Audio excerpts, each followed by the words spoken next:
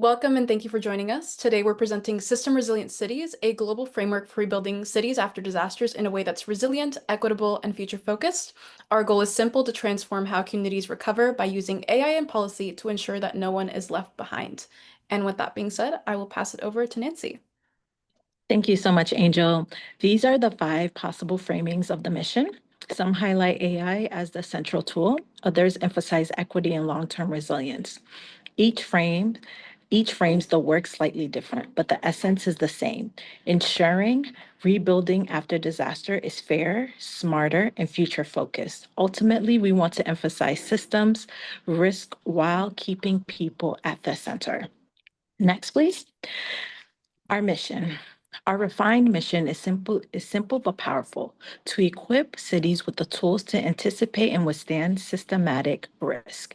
It's about safeguarding communities, protecting the vulnerable, and ensuring people can thrive in place not only after disaster, but through it.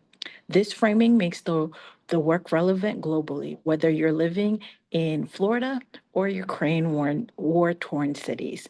Equip cities to protect their people and preserve self-determination by institutionalizing an adaptive people-first strategy that is owned by the community, grounded in local data, and updated as risks evolve.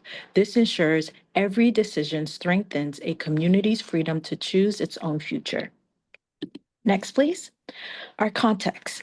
Cities today are vulnerable to a wide range of systematic risk: climate shocks, political instability, conflict, and economic instability. These risks are no longer isolated. They overlap, amplify, and cascade. Prevention is not just cheaper than recovery, it's also more humane. That's why municipal leaders must move away from static planning and instead institutionalize continuously adaptive strategies, what we're calling a resilience compass. Moving on to our why. We've seen firsthand how fragile cities can be. One storm or missile can erase decades of progress in minutes. But what strikes us is that we already know where our systems are weak. As leaders, we feel the responsibility to act before crisis strikes. We can design infrastructures that withstand stress and systems that adapt as risks evolve.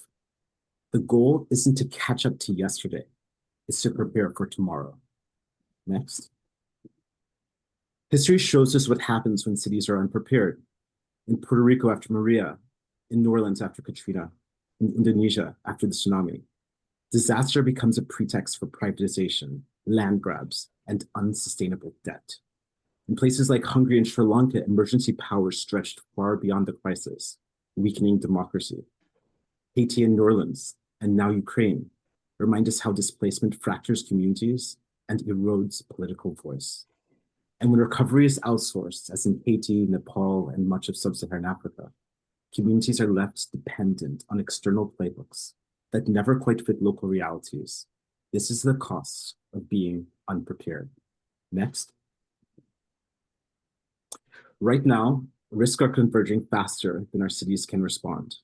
If we keep patching holes reactively, we're condemning ourselves to repeat the cycles of crisis. But there's another choice.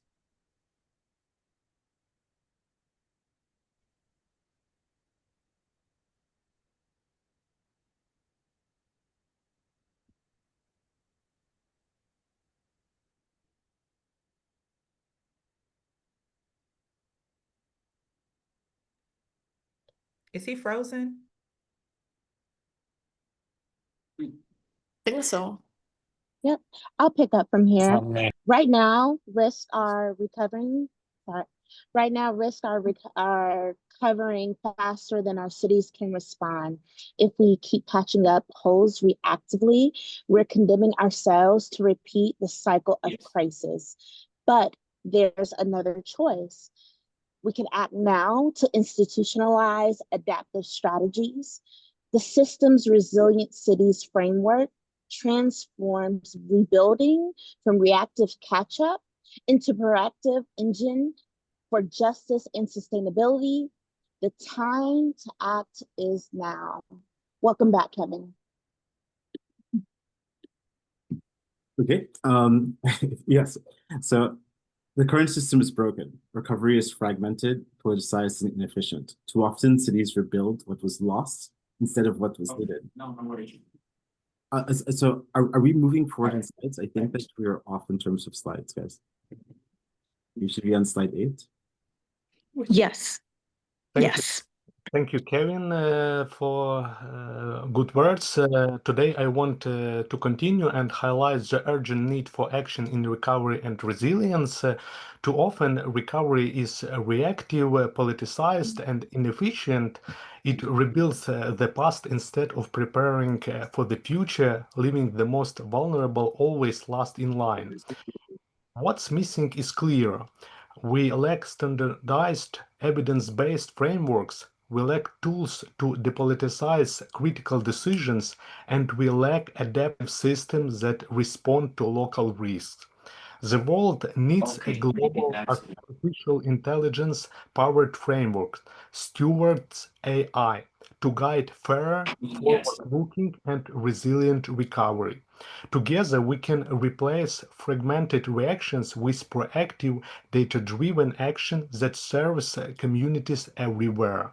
Now I pass to my colleague Ihor. Hi everyone, next slide please.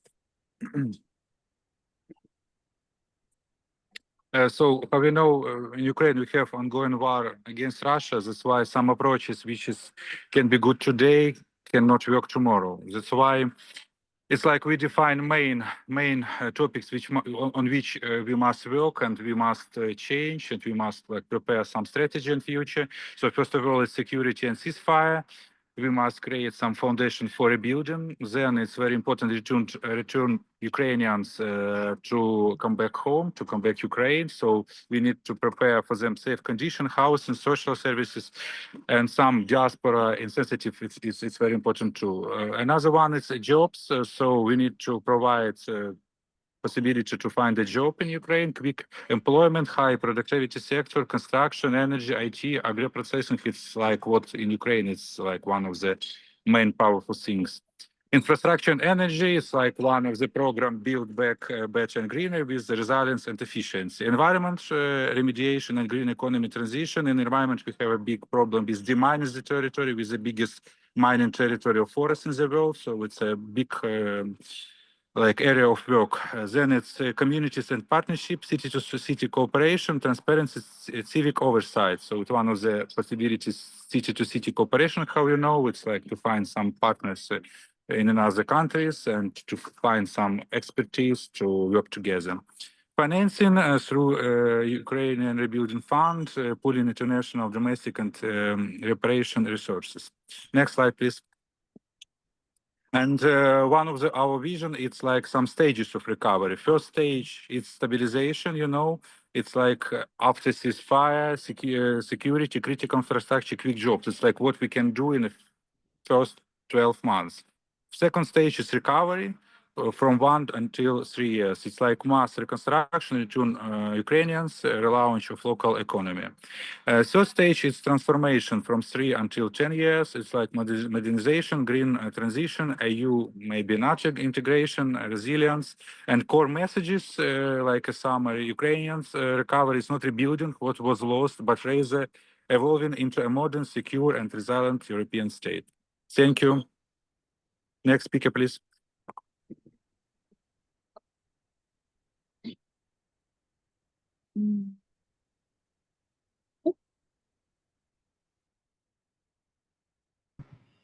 Okay, regarding our strategy and partners, how does this work in practice? We start with a framework that mandates guidance and accountability. We make AI the first step in recovery planning, not simply an afterthought. Data is aggregated, scenarios are modeled, equity is screened, and just projects are fast-tracked. The strategy is backed by partnerships, technology through Stewards AI, governments piloting in diverse regions, international organizations like UNDP and World Bank, civil society to keep equity at the forefront and the center, and academia to ensure rigor. Next slide.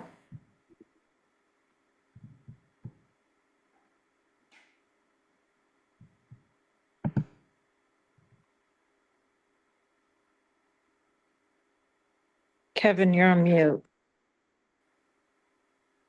Thank you for that. As we move through this roadmap, here's what this means for people on the ground. In the first months, it's about trust. Communities see recovery guided by evidence, not politics. By 18 months, it's about fairness. Resources finally reach schools, clinics, and housing. Within a few years, it's about protection, especially for underserved places and communities that are usually left behind. Then comes security, resilience, built into the national systems, so recovery no longer costs communities their homes or sovereignty. And ultimately, it's about continuity, every community able to thrive in place, no matter what comes. Next slide. As you see, the price for this is not small. Next slide. Next slide. Thank you. This isn't 330 million program that runs out. It's a one-time build a global civic infrastructure that pays for itself by saving billions in avoided costs, by embedding resilience into municipal budgets and bond markets, and by creating new data value streams. Once built, its marginal cost shrinks while its value compounds. Next slide. Thanks. And Angel, if you can go to slide 11, solutions vision. I'd like people to hear the vision before my portion.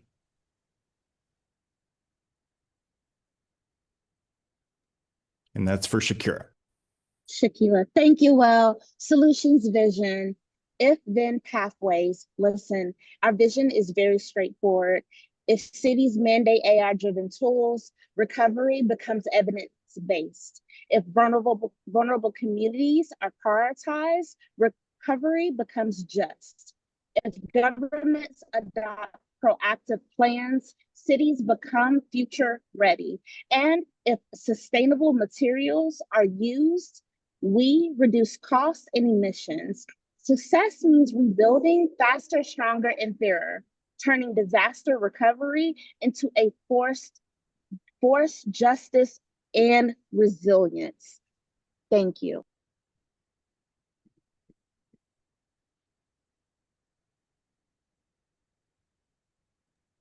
All right, so at its heart, our approach is informed by a policy framework, which mandates a process, not a specific piece of software. First, every plan is going to start with intelligence. We're not going to attempt redevelopment without evidence. Second, every plan must be tested and modeled against risks, costs, and outcomes. And then third, every plan is going to protect people with a clear screen for ensuring that those most vulnerable are protected. Slide. But the laws on paper don't matter if the local governments can't act on them. And that's why this framework invests in training municipal officials so expertise stays in-house. Cities move from static recovery documents to living plans that update continuously and tie into the municipal budgets. When projects meet resilience and equity standards, then they're able to move faster through permitting and funding, which cuts red tape while keeping accountability. Slide, please. Policy must safeguard sovereignty. That means codifying a resilience compass and people first screen into law. So every major decision is transparent about who benefits. It means creating continuity funds and conditioning outside financing on city priorities, never vendor interests. It means protecting civic integrity with open systems, procurement guardrails, and AI auditability. And it means defending land and community with rights of return and anti-speculation measures. These steps ensure that in times of crisis, our communities don't lose control over their future. Next slide. And I know we're running out of time, but our core team brings together leaders from government, technology, policy, and community to drive system resilient cities forward. So together we have a chance to redefine what recovery looks like, not just rebuilding cities, but rebuilding futures. So let's make sure that resilience and equity guide every step forward. Thank you so much.